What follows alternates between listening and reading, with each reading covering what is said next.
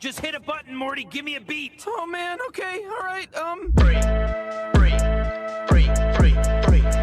Free my soul, just let it go. I wanna roam on my own, just let it go. Free my soul, just let it go.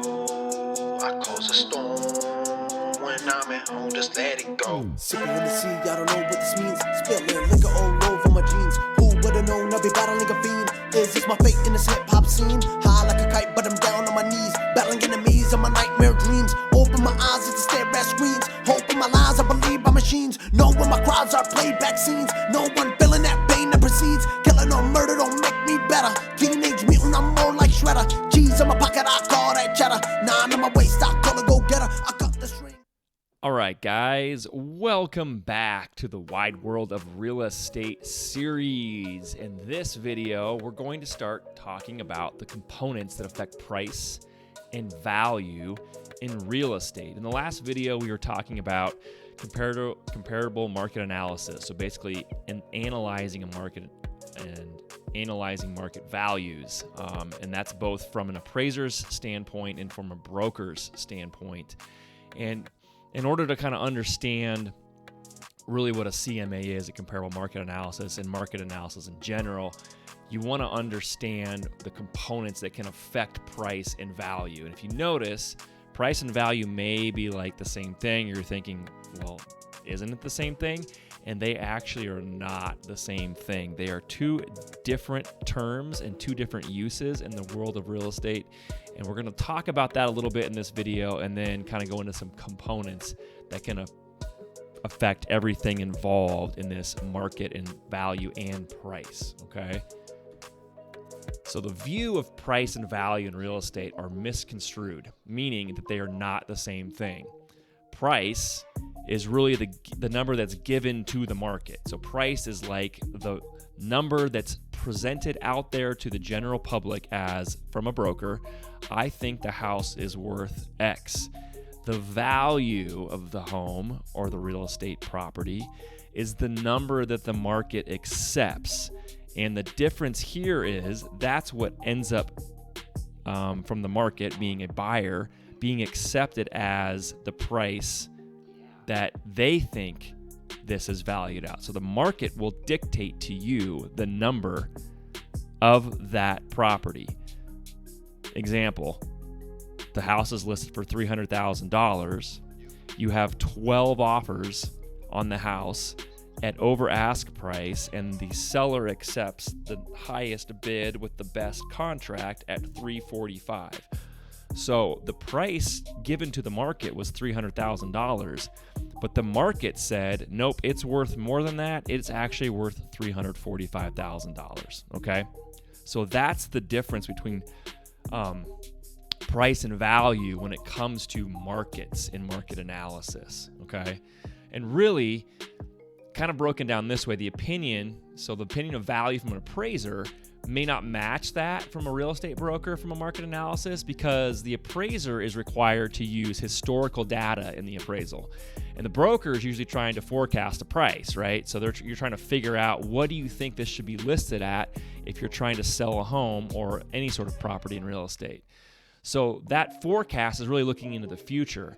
And in a rapidly appreciating market like we're seeing now across the country, the appraiser's historical value or historical data is going to really lag the current market at the same time, right? The broker is aggressively trying to say it's going to continue to go up because it's a rapidly appreciating market, and the historical data being pulled from an appraiser is not necessarily going to match that right away, because it tends to lag those rapidly and fast-growing markets.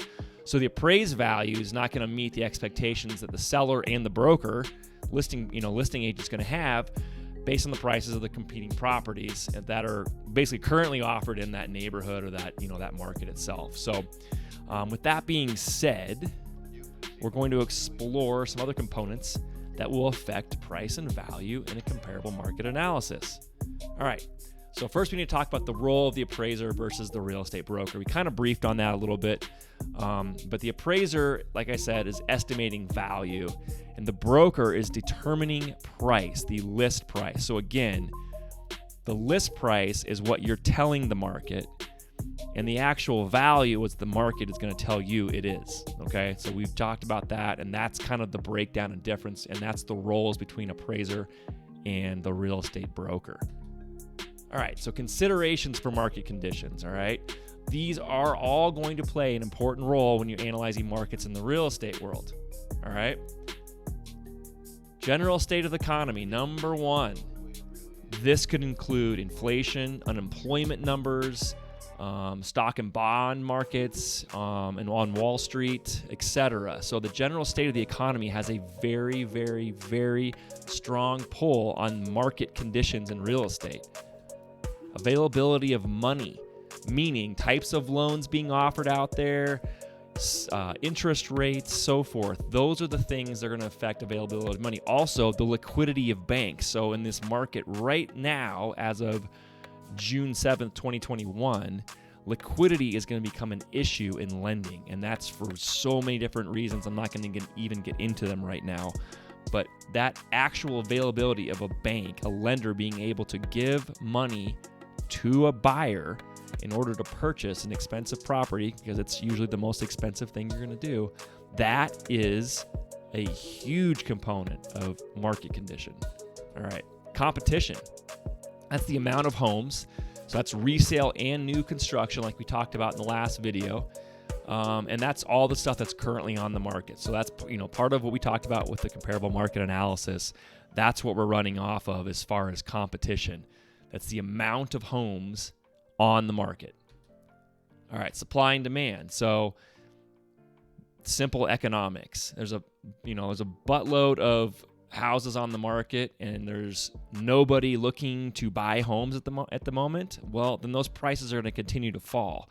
And conversely, if there are no homes listed on the market, whether it's for resale or brand new homes, and there's tons of buyers out there, there's going to be a lot of competition for those few homes, and that's going to drive price up dramatically.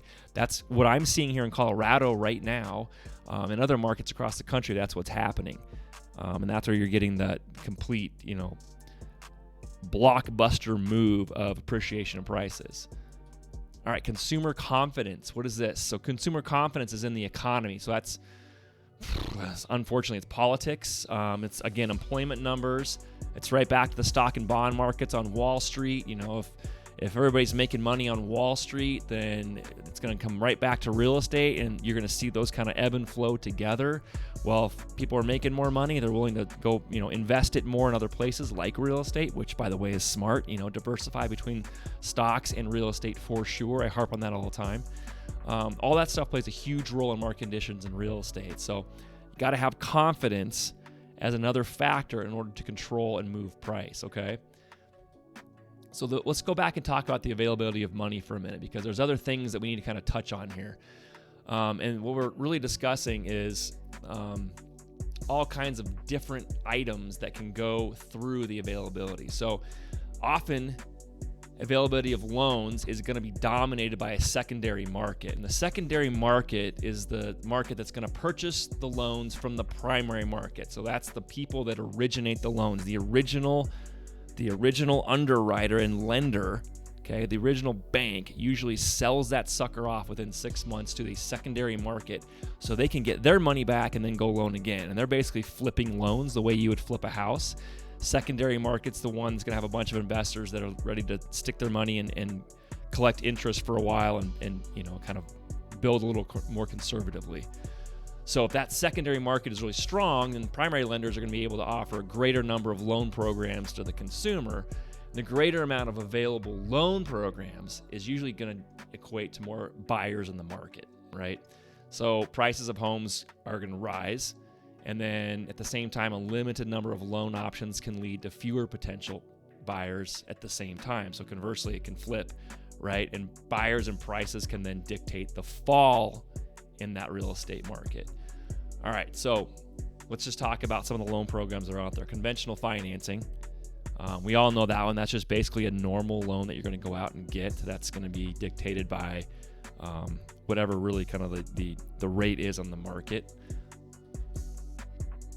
You're going to have government financing that's going to be available, FHA, so all that is for first-time home buyers, but not necessarily always, and VA loans. So veterans get a great discount, as they should, on a lot of different programs there. If you are a veteran, you should definitely lean towards a VA loan.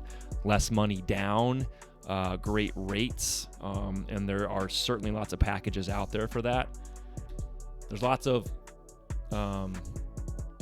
loan programs for first-time buyers, as I kind of talked about, like FHA. You're also going to look at jumbo loans, and those are loans that are over a specific price. Those jumbos are another option for more expensive homes. There's interest-only loans, which really I wouldn't recommend unless you're looking again at more of an investment short-term, because you're not paying down principal. You're simply just paying the interest payment on that loan based on the amortization schedule. So although your payment will be less than a conventional loan or any of those other programs we just versed on, you are not paying any principal down. So when you go to sell it, that principal deduction is not there, and you're going to owe all of that principal back on the property. So just keep that in mind. That's really for investment and short-term moves.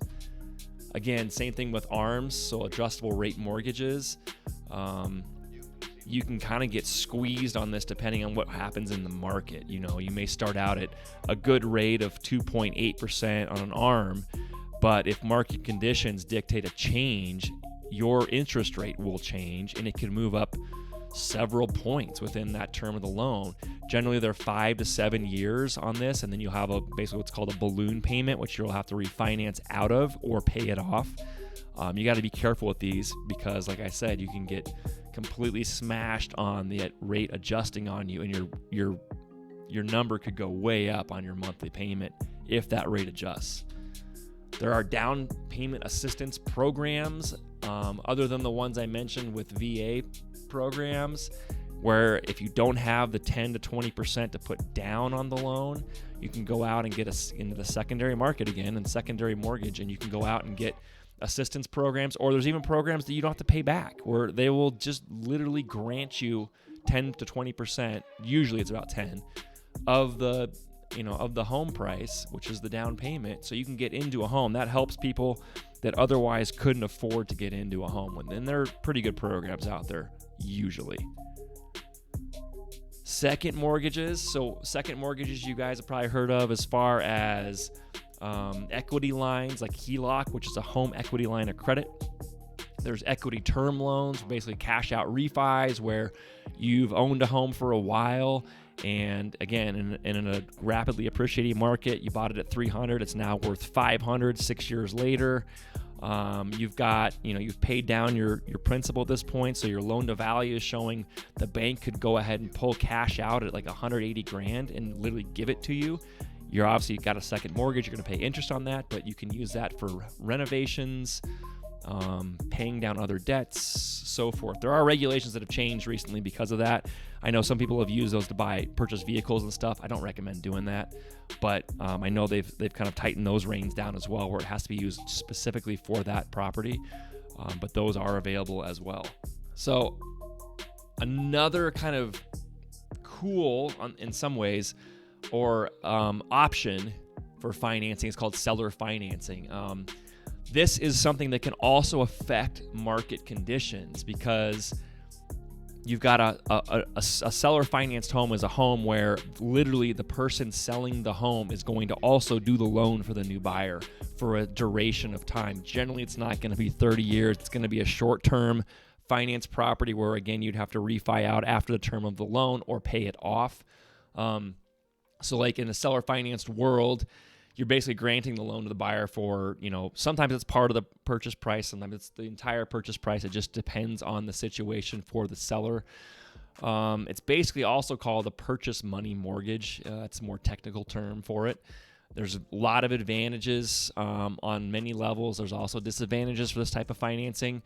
Some of the advantages, basically what you're looking at is getting a loan on a property where you couldn't otherwise qualify, or you don't have down payment money for it, and you can't qualify for down payment assistance. The seller's willing to work with you and do a short-term loan on the property so you can get in and buy it, and then figure out a way down the road 3 to 5 years where you can get out and get a more conventional loan or an FHA loan, so forth. Again, credit scores. If your credit scores are too low to obtain like a regular mortgage, this is another candidate for seller financing would be that person. Or people that are self-employed or simply just don't show enough income to qualify for any other mortgage packages. That's another great way to use seller financing. So that's basically what it is. I've explained to you why to use it. And then we're going to talk about really how would this affect market pricing. Well, again, if you've got a bigger number of people out there at the moment that are more viable for a seller financed type of property, then you're going to have a drive in different price because the price can be negotiated differently. You're going to have lending practices change because you've got more people in the market that are looking for seller financing. But again, you have a greater number of potential buyers, equating to the possibility of a seller receiving a greater price for his or her property in the overall market.